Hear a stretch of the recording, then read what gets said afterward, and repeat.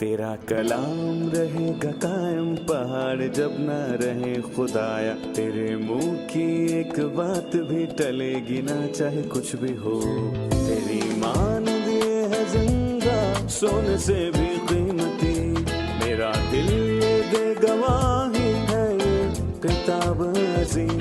नाज़िल करे अपना कलाम, शिकस्ता दिलों को सुकून मिले, तारीकी दूर हो मेरी राहें रोशन कर।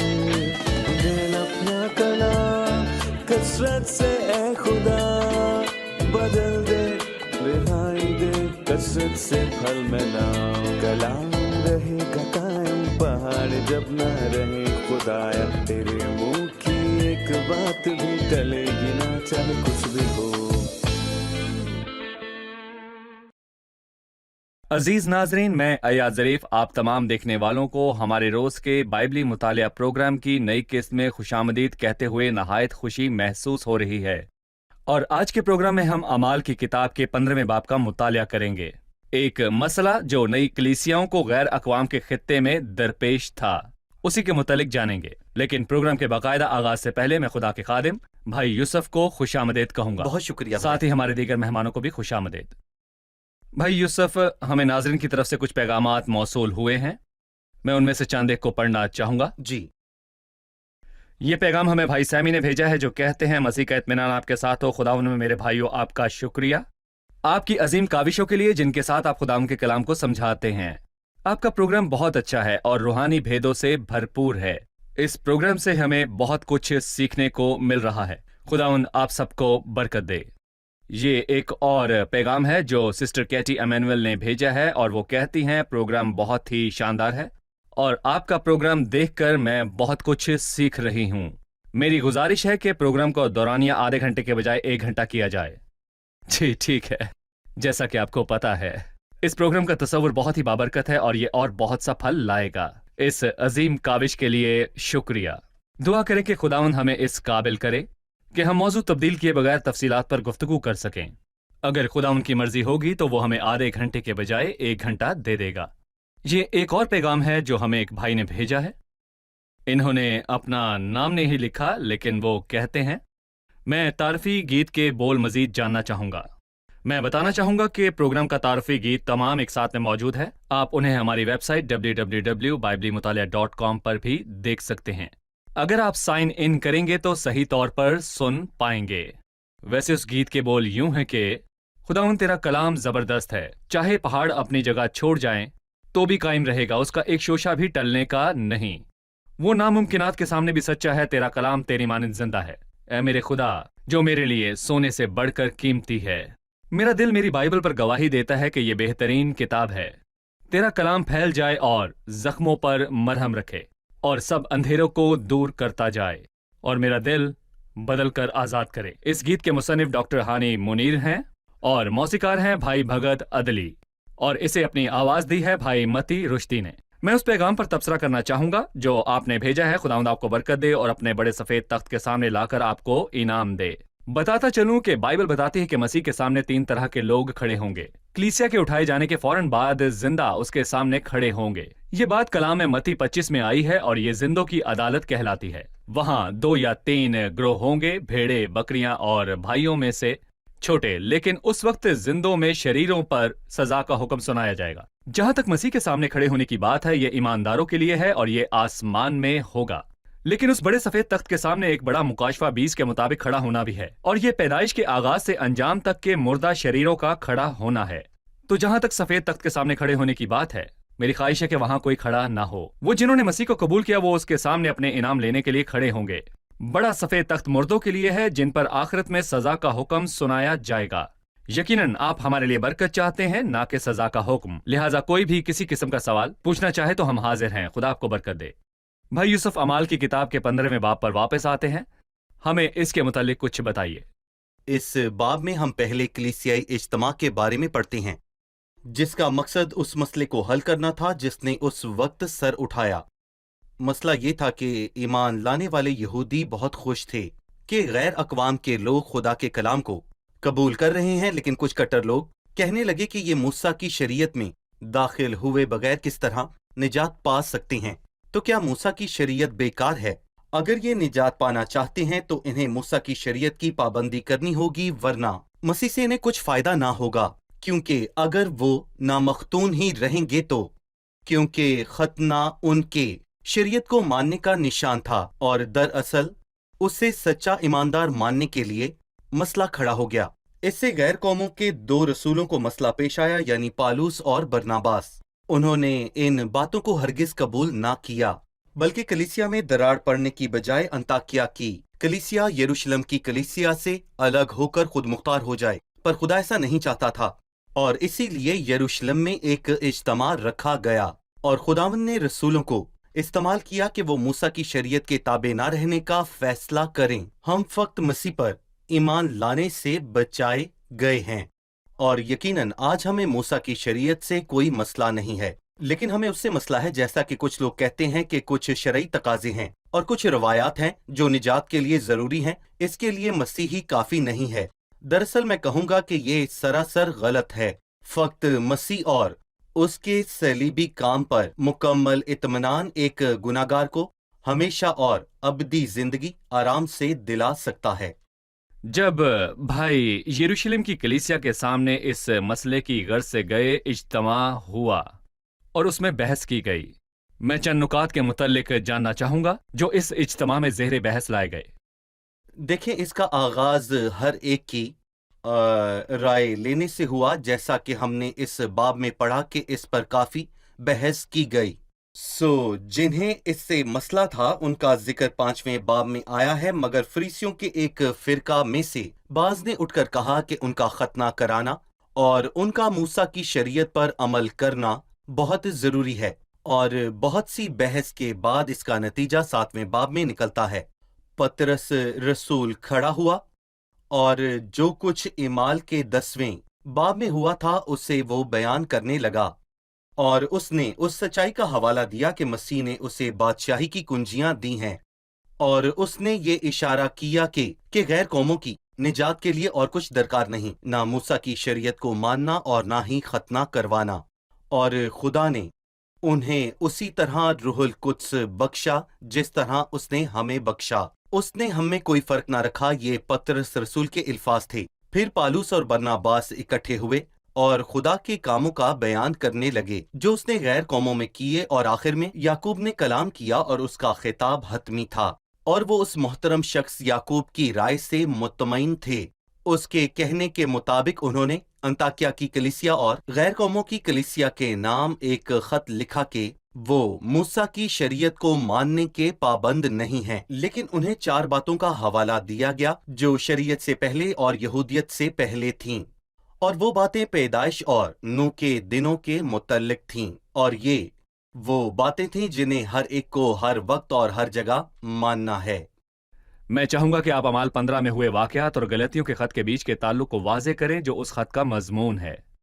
दरअसल हमें गलतियों के खत को पढ़ना चाहिए, खासतौर पर दूसरे बाब को, लेकिन बेहतर है कि हम तमाम खत को इमाल की किताब के 15वें बाब के हमरा गौर से पढ़ें, और गलतियों के दूसरे बाब में पालूस रसूल इस इज्तिमा का हवाला देता है और वो वाजे करता है कि किस तरह मसीह का जिंदा कलाम 2 चीजों पर मुश्तमिल कलाम है। और अगर हम इसको बढ़ाएं तो हम कहेंगे कि ये 4 बातें हैं। मसीह मुआ और दफन किया गया और वो जिंदा होकर जाहिर हुआ। ये खुशखबरी है भाई यूसुफ, एक खुशखबरी। यही खुशखबरी है, इससे बढ़कर कुछ नहीं है। वो हमारे गुनाहों की खातिर हवाले कर दिया गया और हमको रास्त ठहराने के लिए जलाया गया, और मैं कहूंगा कि इसमें किसी भी इजाफे को दीनदार रद्द करते हैं जो मसीह की अंजील को गलत करे। गलतियों के खत में वो कहता है, मैं ताजुब करता हूँ कि जिसने तुम्हें मसीह के फजल से बुलाया उससे तुम इस कदर जल्द फिरकर किसी और तरह की खुशखबरी की तरफ माइल होने लगे। और फिर कहता है, मगर वो दूसरी नहीं, अलबत्ता कुछ ऐसे हैं जो तुम्हें घबरा देते हैं पर मसीह की खुशखबरी को बिगाड़ना चाहते हैं। कोशिशें होती रही हैं कि इंजील को रवायात और रसूमात और पुराने अहदनामे के कानूनी तकाजों के साथ मिलाया जा सके। यही कुछ यरूशलेम से आने वाले भाइयों ने भी किया। उन्होंने गैर कौमों से आने वाले भाइयों के लिए मुश्किल पैदा की। ठीक है, हम एक छोटे से वक्फे के बाद मेहमानों के सवालात के साथ हाजिर होंगे। अजीज नाजरीन, एक वक्फे के बाद आपसे फिर मुलाकात होगी।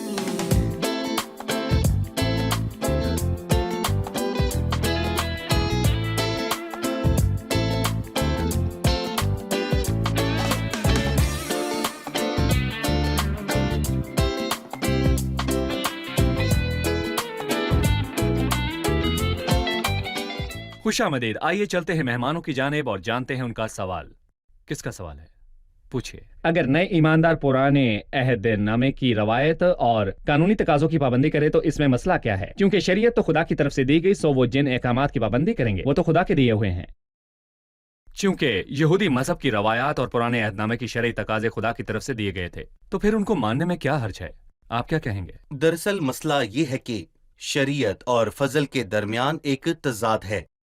दरअसल फजल पुराने कपड़े पर नए कपड़े की पैवंदकारी नहीं है। मसीह ने उन्हें लुका के 5वें बाब में इस सोच से खबरदार किया और बाब के आखिर में ये टुकड़ा नहीं। और ये सिर्फ बेहतर ही नहीं बल्कि मुकम्मल तौर पर मुख्तलिफ सोच है। शरीयत कहती है तू ये कर तो तू जिएगा, और फजल कहता है कि मसीह ने कर दिया है, तू ईमान ला निजात पाएगा। सो फजल और शरीयत के दरमियान एक बुनियादी फर्क है। और साथ ही मैं ये कहना चाहूंगा कि नई पोशाक फाड़कर पुरानी पोशाक में पैबंद लगाना किसी भी लिहाज से दुरुस्त नहीं है। और ये खुदा का इरादा था कि शरीयत ही हर कौम पर लागू हो। उसने शरीयत नमूने के तौर पर एक कौम को दी, और क्या शरीयत ने उस कौम को निजात बख्शी? जवाब है नहीं। इसलिए शरीयत को एक तरफ रख दिया गया। एक आयत है कि इब्रानियों के खत के 7वें बाब की 18वीं आयत में लिखा है, क्योंकि एक तरफ ये है कि गरज पहला हुक्म कमजोर और बेफायदा होने के सबब से मनसूख हो गया। गरज पहला हुक्म कमजोर और बेफायदा होने से मनसूख हो गया क्योंकि शरीयत ने किसी को कामिल नहीं किया, और उसकी जगह एक बेहतर उम्मीद रखी गई जिसके वसीले से हम खुदा के नजदीक जा सकते हैं। और अगर मैं ये कहूं कि वो कानून जो खुदा की तरफ से था उसे आना नहीं चाहिए था, तो वो कहता है क्या मैं किसी कानून को इजाद करके उसे निजात का जरिया मान लूं? और निजात के मुतालिक खुदा के कलाम में ये वाज़ेह लिखा है कि ये सिर्फ ईमान के वसीले से है। इमाल 16 में मतलब के अगले बाब में पालूस रसूल बराह रास्त एक सवाल पूछता है कि मुझे निजात पाने के लिए क्या करना होगा, और इसका जवाब वाज़ेह और हतमी था। खुदावंद यीशु पर ईमान ला तो तू और तेरा घराना निजात पाएगा। फक्त मसीह पर ईमान रखना जो मुआ और जी उठा और निजात दिलाता है। मसीहियत एक रसूमाती मजहब नहीं है। सही। ये ना तो एक मजहब है और ना ही एक रस्म ना ही है। ये मजहबी और ना ही रस्मी है।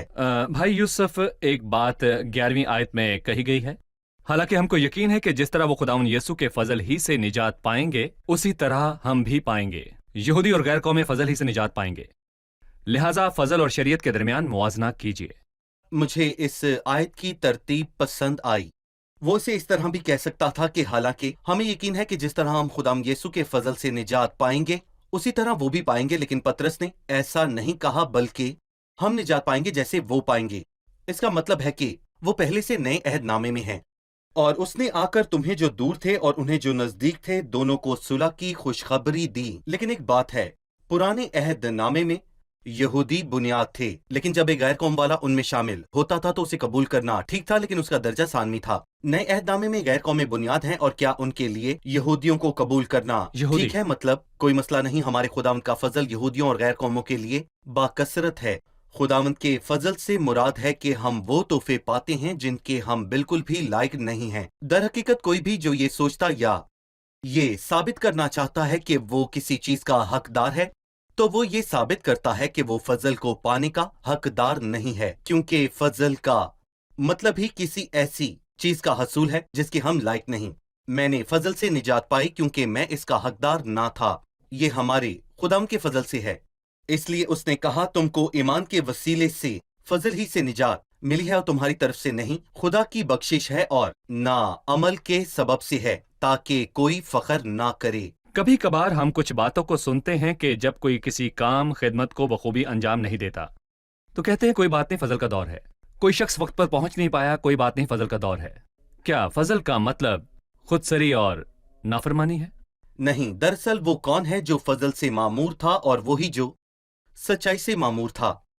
मसीह जो सारे जलाल के लायक है वो गैर जिम्मेदार नहीं बल्कि फजल और सच्चाई से भरा है। फजल का मतलब ये है कि मैं इसका हकदार नहीं, लेकिन क्या मैं बुरी बातों को इजाजत देकर इनसे महजूज हूं और निजात पाकर सुस्त हो जाऊं? नहीं, मुझे फजल से निजात मिली है, लेकिन फजल में मुझे जीना है और मुझे फजल का इस्तेमाल लायक तौर पर करना है। बस ऐ मेरे फर्जंदो, तुम उस फजल से जो मसीह यीशु में है मजबूत बनो।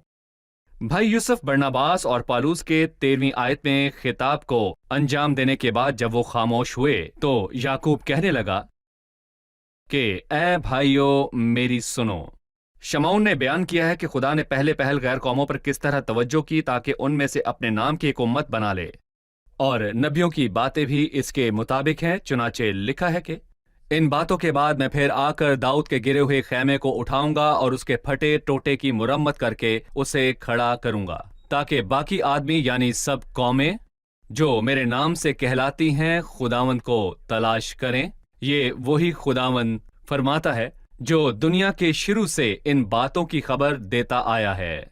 बस मेरा फैसला है कि जो गैर कौमों में से खुदा की तरफ रजू होते हैं हम उनको तकलीफ ना दें, मगर उनको लिख भेजें कि बुत्तों की मकरूहात और हरामकारी और गल्ला घोंटे हुए जानवरों और लहू से परहेज करें, क्योंकि कदीम जमाने से हर शहर में मूसा की तौरात की मुनादी करने वाले होते चले आए हैं और वो हर सबत को इबादत खानों में सुनाई जाती है। भाई यूसुफ याकूब के इन अल्फाज के मुतालिक बताइए।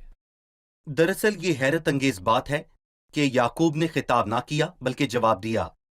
मैं समझता हूं कि लफ्ज जवाब का मतलब है कि इज्तिमा में सब लोग एक बाबरकत शख्स की तरफ से आने वाले हतमी जवाब का इंतजार कर रहे थे, जो कि एक बाइज्जत शख्स था। जैसे गलतियों के दूसरे बाब में कहा गया कि वो यरूशलेम की कलीसिया के पहले सतूनों में से एक था और उसने जवाब दिया गोया वो उसके जवाब का इंतजार कर रहा था।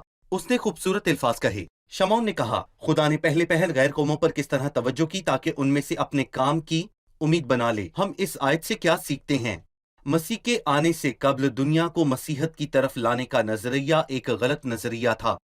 यहाँ वो कहता है ताकि वो उनमें से अपने काम की उम्मीद बना ले। उसने ये ना कहा कि उसने कौमों को ईमानदारों की जमात में बदल दिया कि सारी दुनिया मसीहत का मरकज बनकर रहे। देखें, ऐसा कुछ भी बाइबल में नहीं लिखा, लेकिन आइंदा जमानों में लोग ईमान से बरगश्ता हो जाएंगे। तो भी जब इब्ने आदम आएगा तो क्या जमीन पर ईमान पाएगा? मुश्किल से उसे कुछ ही ईमानदार मिलेंगे। ज्यादातर लोग मुखालफे मसीह की पैरवी करेंगे। ये नबियों की नबूवतों से साबित होता है, जैसा कि अमूस के इल्फाज हैं जो इस नबूवत के आखिर में आते हैं। लेकिन उसने ये ना कहा कि अमूस की बाबत कलाम पूरा हुआ, क्योंकि अमूस की बाबत अभी कलाम पूरा नहीं हुआ, वो 1000 साला बादशाहत में पूरा होगा। लेकिन ये नबियों की बातों से साबित हुआ। ये बात उनके साथ थी। जी, उनके साथ थी। और हम ये भी कह सकते हैं कि वाकयात की वाक़े में आने की तरतीब कुछ यूं है। खुदा ने पहले पहल गैर अक़वाम पर तवज्जो दी ताकि उनमें से अपने वास्ते एक उम्मीद चुन ले, और इन बातों के बाद में फिर आकर कलीसिया के उठाए जाने के बाद दाऊद के गिरे हुए खैमे को उठाऊंगा और उसके फटे टूटे को मरम्मत करके उसे खड़ा करूंगा, और उस बड़ी मुसीबत के दौर में मसीह जाहिर होगा और दीनदार बकिया मसीह पर ईमान लाएगा, ताकि बाकी आदमी यानी सब कौमें जो मेरे नाम से कहलाती हैं खुदा उनको तलाश करें, और ये 1000 साला बादशाहत में होगा। और वो तमाम लोग जो जमीन पर होंगे उस 1000 साला बादशाहत के दौर में जिएंगे, क्योंकि शरीर मसीह की बादशाही से पहले मिटा दिए जाएंगे। और ये काबिल गौर बात थी कि ये वही खुदावंद फरमाता है जो दुनिया के शुरू से इन बातों की खबर देता आया है। मतलब खुदावंद जानता है कि क्या होने वाला है, और जो होने वाला है उसका नतीजा देने वाला भी वही है। इसका इल्म तो गुजरे वक्तों से है, लेकिन इससे पहले वो ये कहता है कि ये किसने किया। सो खुदावंद सिर्फ जानता ही नहीं बल्कि वो करने वाला भी है। यूएल 2 में लिखा है कि उसके हुक्म को अंजाम देने वाला जबरदस्त है। जैसा कि आपने दौर की बात की, तो उस दौर में खुदा ने उस कौम के साथ ताल्लुक मुनक़ता कर लिया, लेकिन उसने हमेशा उनसे नाता ना तोड़ा। वो ठहर गया और उसने कलीसिया को कायम किया। अब वो कलीसिया से ताल्लुक में है। कलीसिया के उठाए जाने के बाद खुदा फिर से इस कौम के साथ ताल्लुक को बहाल करेगा, जब वो बड़ी मुसीबत से निकलकर तौबा कर लेंगे उस गुनाह से जो उन्होंने मसीह को कत्ल करके किया। उनका एक बकिया उससे मिल जाएगा, और मसीह को मसीहा मान लेगा जब उनकी आंखें उन नबूवतों को पूरा होता देखेंगी। फिर उन्हें 1000 साला बादशाही में शामिल कर लिया जाएगा। फिर सारी जमीन पर बरकत होगी, सारी जमीन और तमाम कौमों पर। यही बात मुसलसल नबियों की नबूवत में चली आ रही है। ये कोई इंसानी बात या इंसान की इजाद करदा कहानी नहीं। ठीक है, हम एक छोटे से वक्फे के बाद मेहमानों के सवालात के साथ हाजिर होंगे। नाज़रीन, एक छोटे से वक्फे के बाद आपसे दोबारा मुलाकात होगी।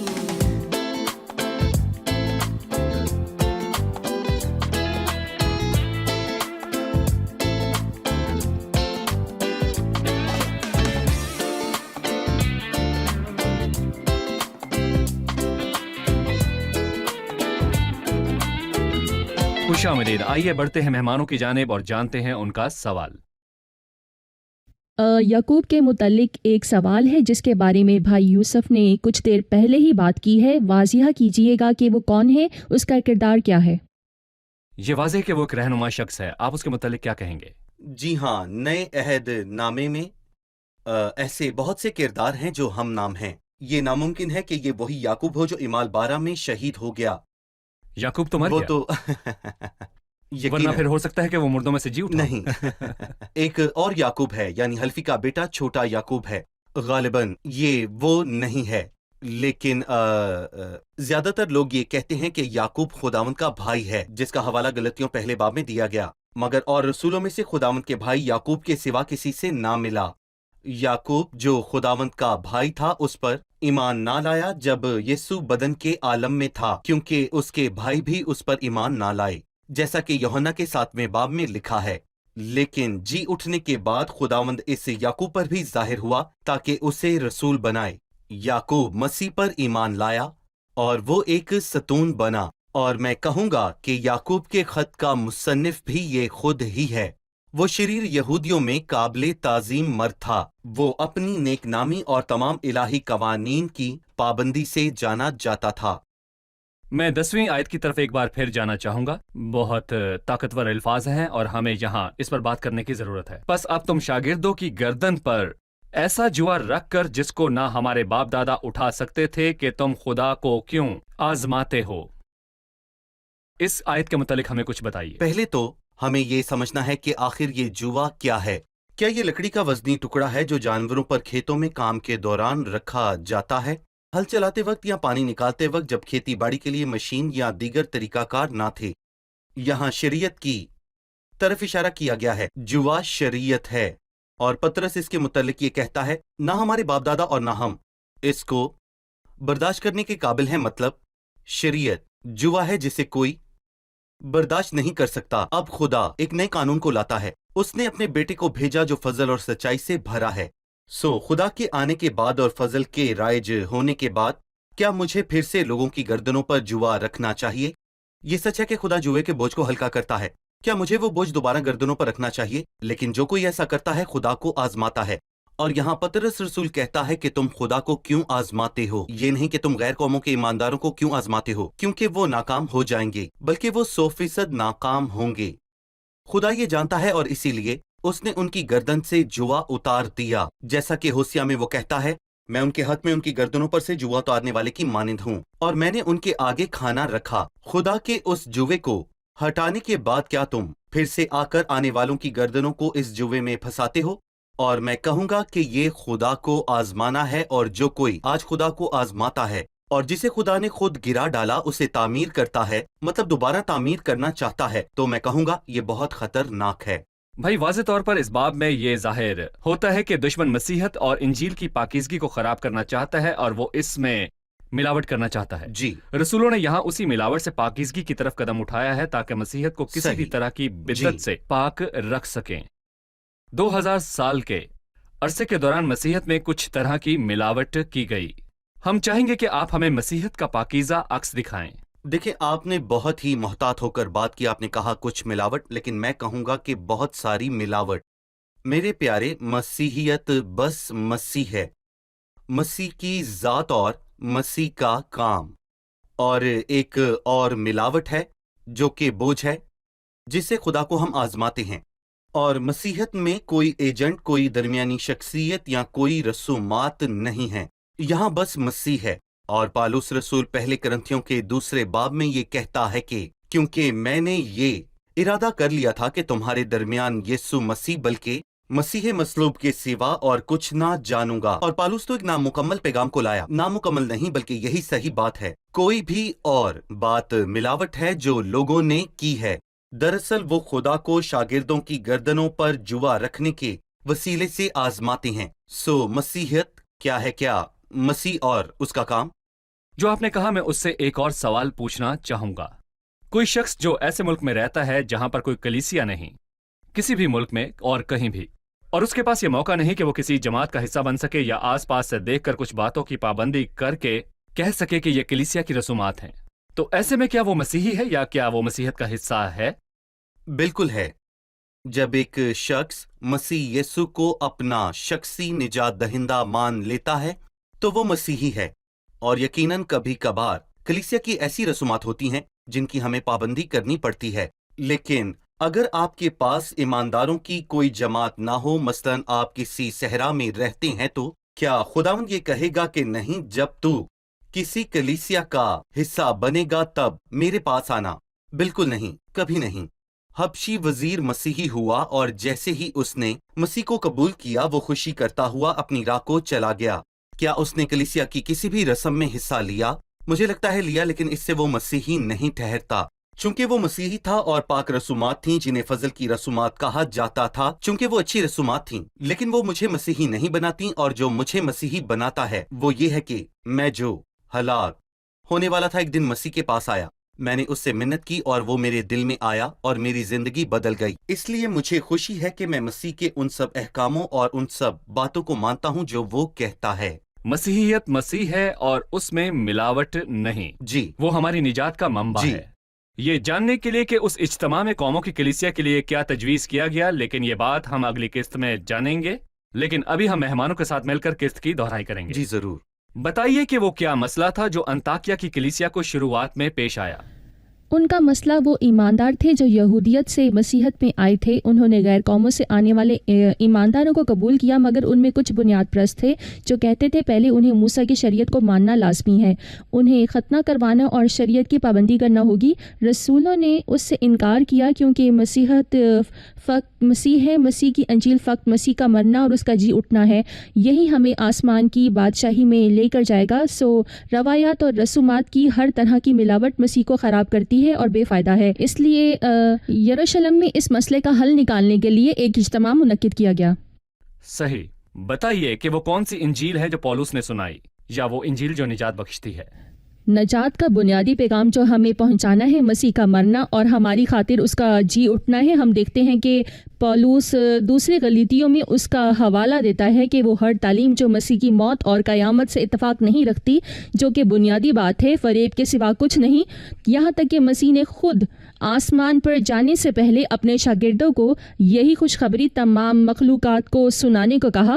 ہم جانتے ہیں کہ تب تک انجیل تحریری شکل میں نہ آئی تھی۔ اس کا مطلب یہ ہے کہ انجیل فقط نجات کا پیغام ہی تھی کہ وہ آیا، موا اور ہمیں گناہوں کے نجات دلانے کو جی اٹھا۔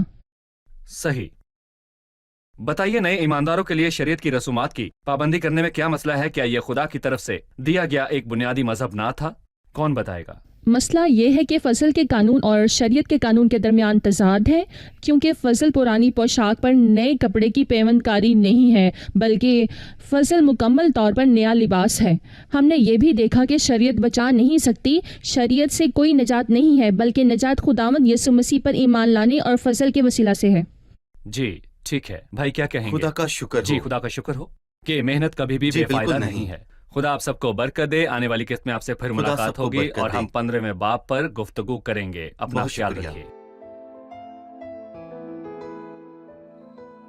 تیرا کلام رہے گا قائم، پہاڑ جب نہ رہے خدایا، تیرے منہ کی ایک بات بھی ٹلے گی نہ، چاہے کچھ بھی ہو۔